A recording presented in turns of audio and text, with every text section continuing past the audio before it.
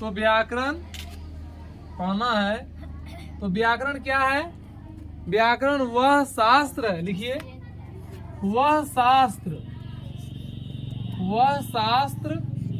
या ग्रंथ, वह शास्त्र या ग्रंथ जिसके द्वारा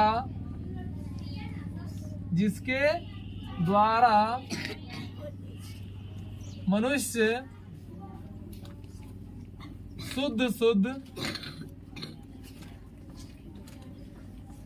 पढ़ना लिखना सीखता है,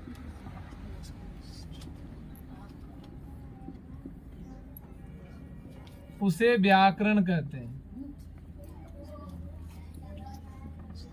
उसे क्या कहते हैं? व्याकरण कहते हैं।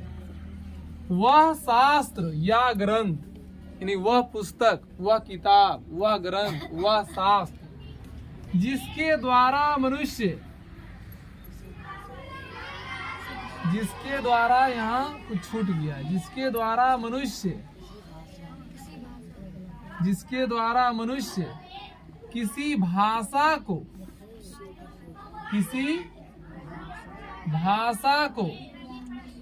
शुद्ध पढ़ना लिखना सीखता है, उसे क्या कहते हैं? व्याकरण कहते हैं। अब व्याकरण के 3 खंड हैं। व्याकरण के कितने खंड हैं? व्याकरण के 3 खंड हैं।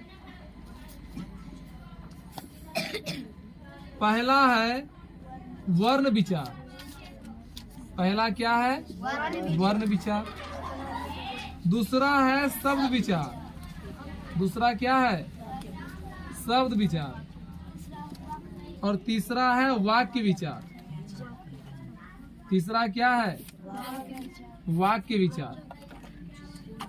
वर्ण विचार, शब्द विचार, वाक्य विचार। वर्ण विचार में हम किसका अध्ययन करेंगे? तो वर्ण विचार में अक्षर का, वर्ण का प्रकार, उसका उच्चारण, है ना, उसका आकार, प्रकार और उच्चारण, यानी वर्ण से संबंधित, अक्षर से संबंधित जो भी उसका अध्ययन करना है वो किसमें करेंगे? वर्ण विचार में करेंगे। किसमें करेंगे? कौन वर्ण का उच्चारण कहाँ से करते हैं, को का उच्चारण कहाँ से होगा, चो वर्ण का उच्चारण कहाँ से होगा, ये सारे चीजों का अध्ययन करेंगे वर्ण विचार में। शब्द विचार में किसका अध्ययन करेंगे? शब्दों का। शब्दों की उत्पत्ति कैसे हुई, शब्द उत्पत्ति के आधार पर कितने प्रकार के होते हैं, शब्द प्रयोग के आधार पर कितने प्रकार के होते हैं, यानी उल्टा शब्द, पर्यायवाची शब्द, अनेक शब्दों के लिए एक शब्द, यानी जितना शब्द से संबंधित चीज है सब पढ़ेंगे शब्द विचार में। किसे पढ़ेंगे? शब्द विचार में पढ़ेंगे। उसके बाद है वाक्य विचार। वाक्य विचार में भी क्या करेंगे? इसमें वाक्यों से संबंधित अध्ययन करेंगे। कुछ बोलना है क्या? व्याकरण का स्पेलिंग, व्याकरण, व्याकरण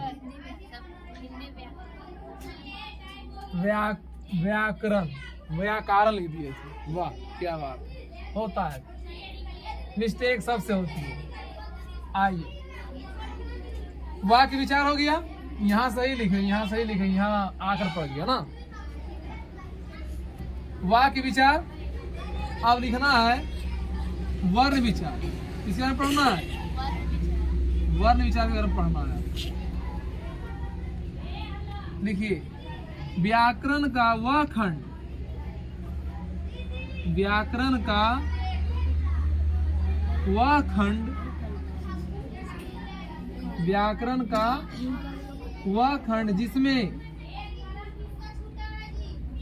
वर्णों के आकार, प्रकार एवं उसके उच्चारण का अध्ययन किया जाता है, एवं उच्चारण का अध्ययन किया जाता है। उच्चारण का अध्ययन किया जाता है।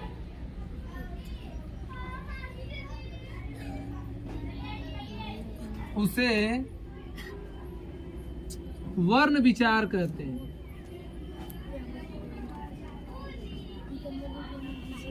उसे क्या कहते हैं? वर्ण विचार कहते हैं। अब वर्ण विचार में फिर पढ़ना है हमको सबसे पहले क्या, वर्ण। सबसे पहले क्या पढ़ना है, वर्ण। वर्ण क्या है, वर्ण या अक्षर, वर्ण या अक्षर या लेटर। वर्ण कहो या अक्षर कहो या लेटर कहो।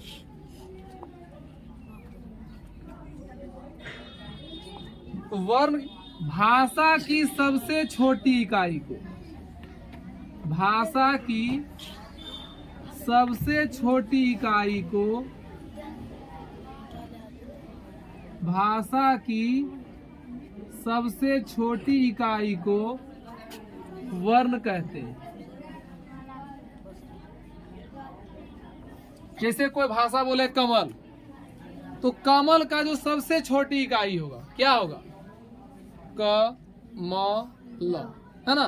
तो ये क्या हो गया, अक्षर हो गया, वर्ण हो गया।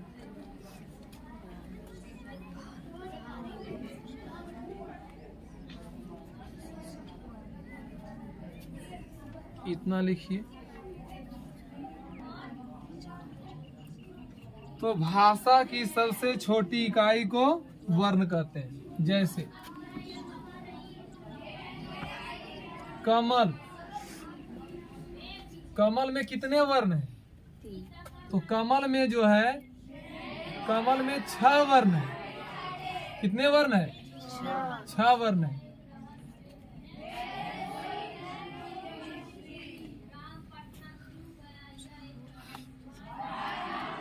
कमल में, कमल कोई शब्द है, कमल में 6 वर्ण है। कौन 6 वर्ण है, कौन कौन, तो इसको आप लिख सकते हैं ऐसे, क हलंत प्लस अ, म हलंत प्लस अ, ल हलंत प्लस अ। गिन लो कितना है।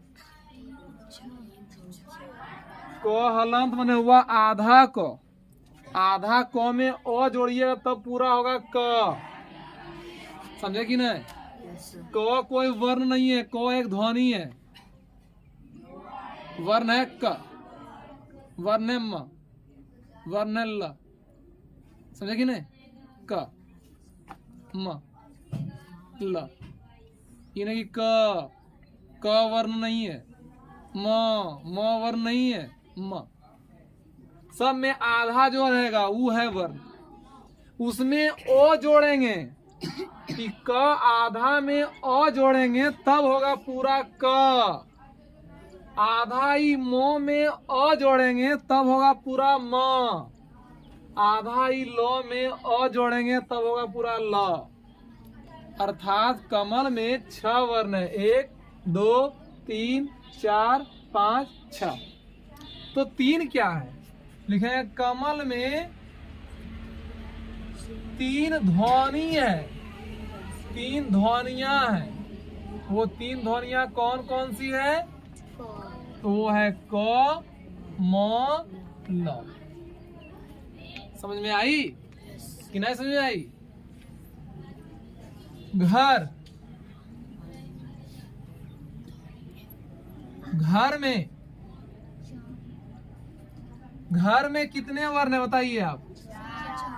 हाँ, ये तो आसान हो गया। दूसरा देते हैं, सीता में कितने वर्ण है,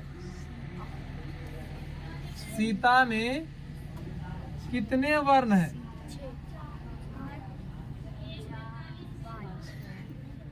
क्या बताइए आप लोग सोच के बताइए, सीता में कितने वर्ण है, 4। कौन कौन। इसको लिख सकते हैं स हलन प्लस दीर्घही, है ना, स हलन दीर्घही, तो हलन प्लस आ, तब हो गया सीता। ठीक है ना। अब इसमें बोले ध्वनियां कितनी है, तो सीता में 2 ध्वनियां हैं, सीता में 2 ध्वनियां हैं। कौन कौन दो ध्वनियां हैं? एक है सी और एक है ता। समझे कि नहीं समझे? समझ में आ रही है?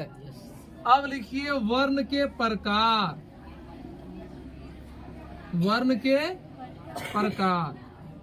वर्ण कितने प्रकार के होते हैं? बोलिए जी। तो वर्ण दो प्रकार के होते हैं। वर्ण दो प्रकार के होते हैं।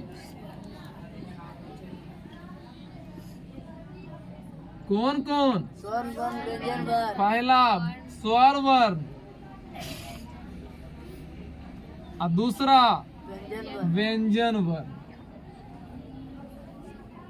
व्यंजन वर्ण इंग्लिश में बोलते हैं इसको वोवेल लेटर, और इसको बोलते हैं कॉन्सोनेंट लेटर।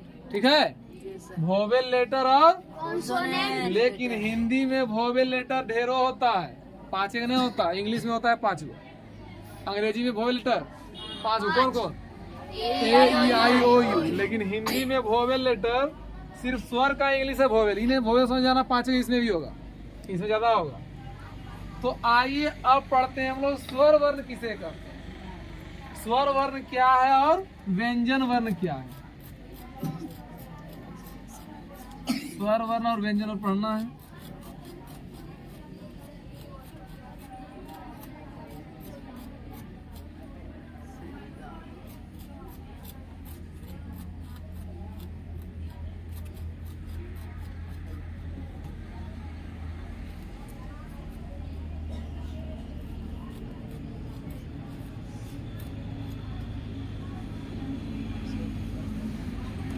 स्वर वर्ण नंबर 1।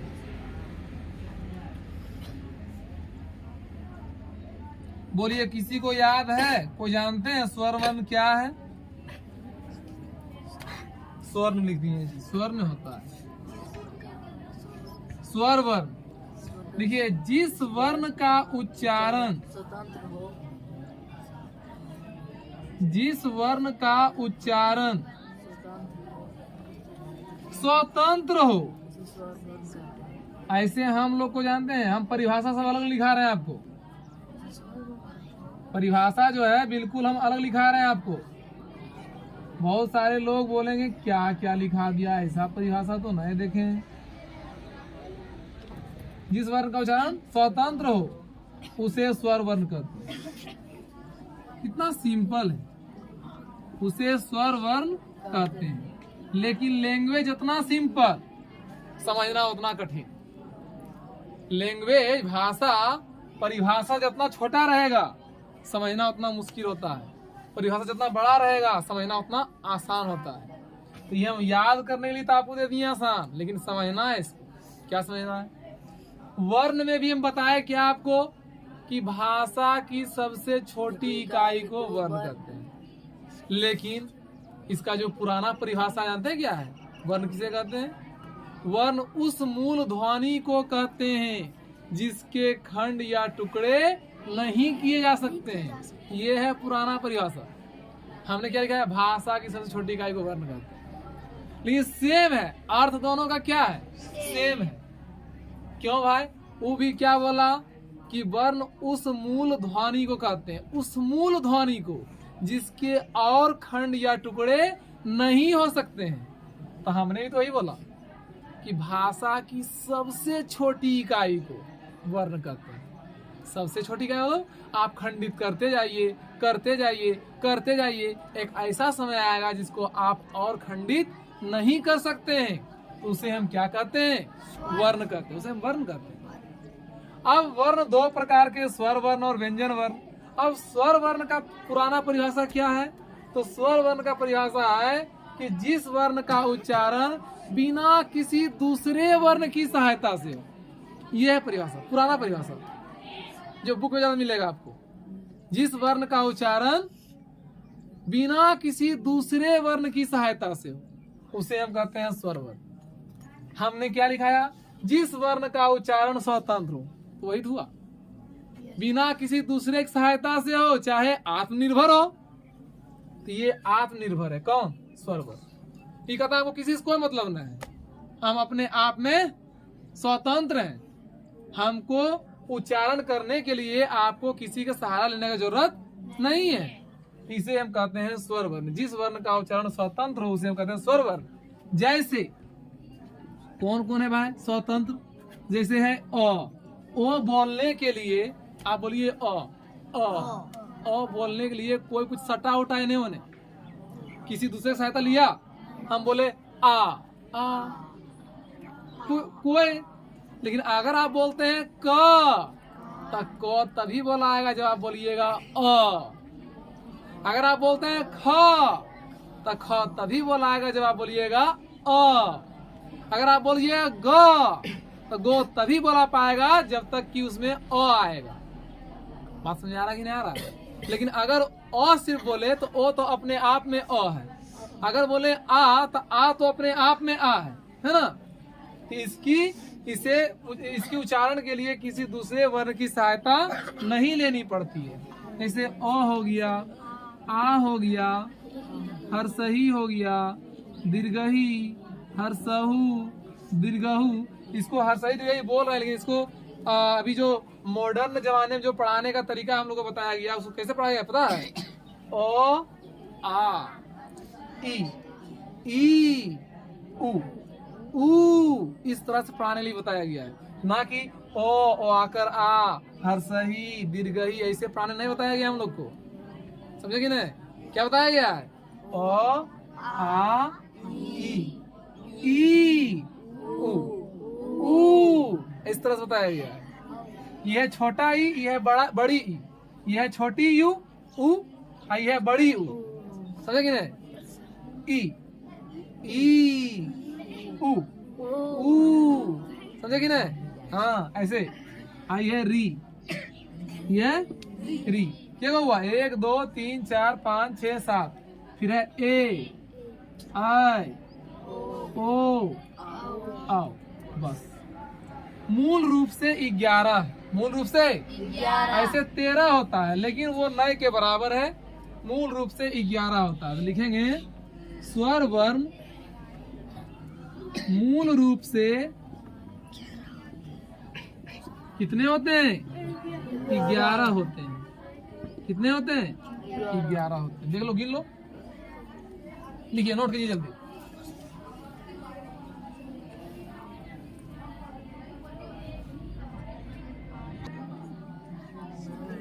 आइए अब पढ़ना है व्यंजन वर्ण। क्या पढ़ना है? व्यंजन वर्ण।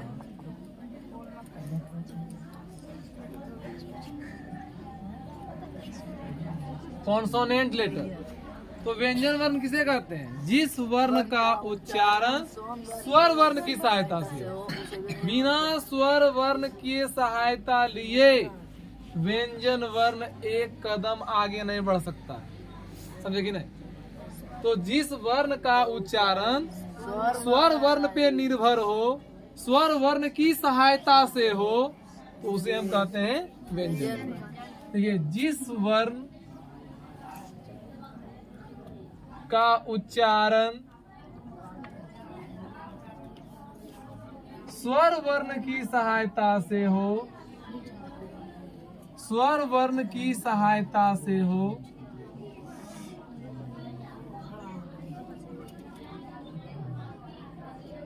उसे व्यंजन वर्ण कहते हैं। व्यंजन वर्ण कहते हैं।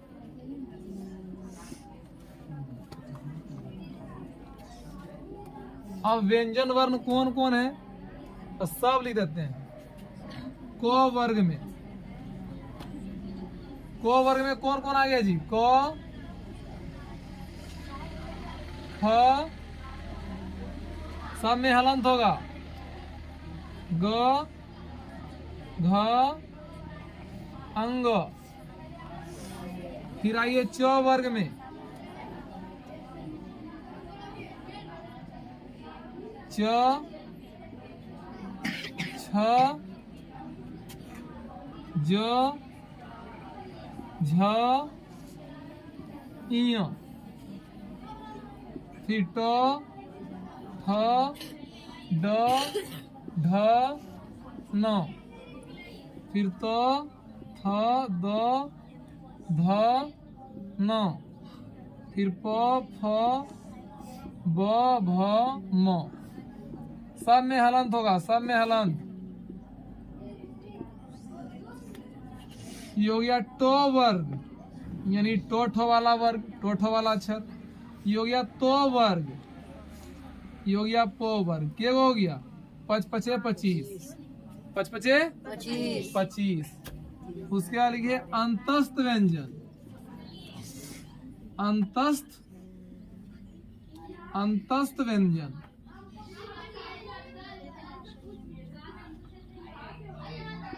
य र ल व। फिर होता है उष्म व्यंजन,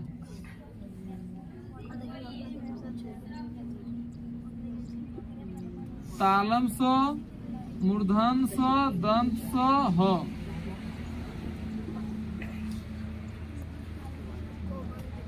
फिर होता है संयुक्त, संयुक्त व्यंजन, जो कि मिला हुआ रहता है अक्षर। संयुक्त व्यंजन जैसे अक्ष, तरो, गियो, एक ठो सरो, है ना। फिर है द्विगुण व्यंजन,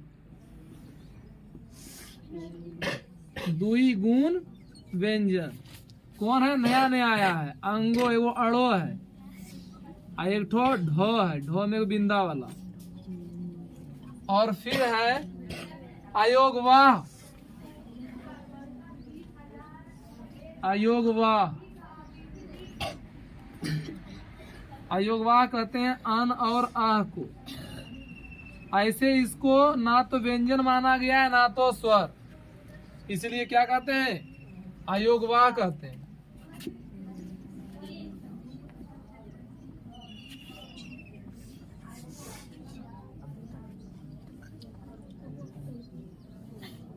कितना हो गया?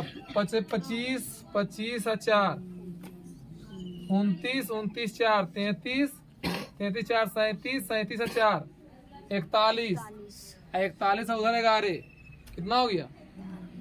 41 2 से 51 रे 52। देखें अतः, अतः आधुनिक हिंदी में, आधुनिक हिंदी में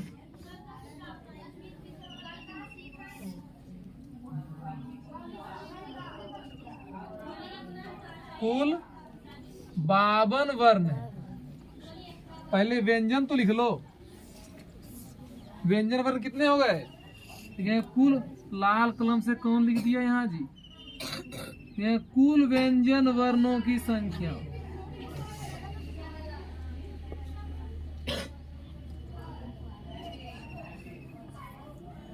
कुल व्यंजन वर्ण कितने हो गए? 44 होते हैं मूल रूप से, मूल रूप से। ठीक है, 52 वर्ण है। टोटल हो गए 52 वर्ण, जिसमें 11 हो गया स्वर वर्ण, लिख चुके हैं आप, और 44 हो गया व्यंजन वर्ण। ठीक है ना। और आपका इधर हो गया और अंश संट मिला दिया है, टोटल मिला के हो गया 52 वर्ण। ठीक है। अब देखिए यहाँ अयोगवाह को कहते हैं ना स्वर वर्ण ना व्यंजन वर्ण, फिर भी जो है व्यंजन वर्ण में ला दिया अयोगवाह को। किताब भी कंफ्यूजन रखा है, तो हम लोग क्या कर सकते हैं? किताब भी क्लियर नहीं किया है, इसका चीज उसमें बजा दिया, उसका चीज इसमें बजा दिया है। कभी कहता है कि अन और आ ना तो स्वर वर्ण है ना तो व्यंजन वर्ण है, इसीलिए इसे कहते हैं अयोगवाह। अब फिर कहता है कि लिख दीजिए व्यंजन वर्ण, नहीं। फिर एक तरफ कहता 44 वर्ण है व्यंजन में, गिनिए तो ढेर हो जाएगा, नहीं। तब गिनिए कितना होता है?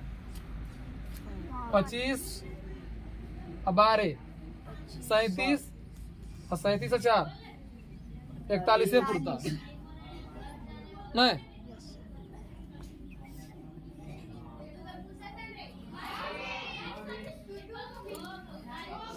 सॉरी सॉरी सॉरी 33 होगा जी, ये 33 होगा। कुल व्यंजन वर्ण 33 होगा, ठीक है। वही बोल रहे, कुल व्यंजन वर्ण 33 से बोलता है, इधर पूरा 41 नहीं पूरा है। टोटल व्यंजन वर्ण बुक कहता है 33 मूल रूप से, इधर पूरा 41। नोट कीजिए।